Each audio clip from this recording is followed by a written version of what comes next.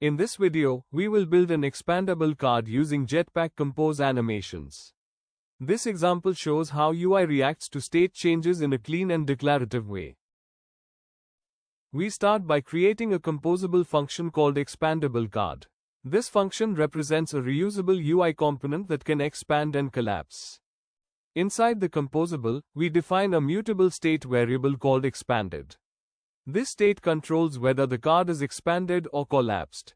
We use remember to retain the state across recompositions. Next, we use animateDpAsState to animate the height of the card. When expanded is true, the card height becomes 200 dp. When expanded is false, the card height is 80 dp. Jetpack Compose automatically animates the height change smoothly. We also animate the rotation of the arrow icon using animateFloatAsState. When the card expands, the icon rotates to 180 degrees. When the card collapses, it rotates back to 0 degrees. This gives a clear visual indicator of the expanded state. Now we create a card component. The card fills the width of the screen and has padding on all sides. The height of the card is controlled by the animated height value.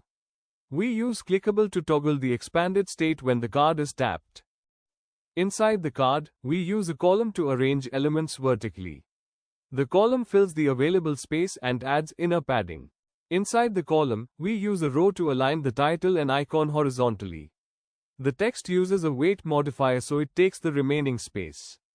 The arrow icon rotates based on the animated rotation value. This rotation is automatically synced with the expansion animation.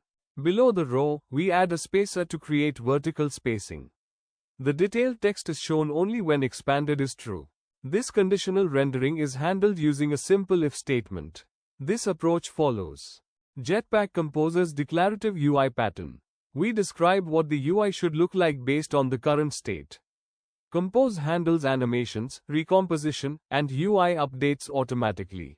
This is how you create a smooth expandable card using Jetpack Compose. If you found this helpful, try customizing the animation or adding more content inside the card.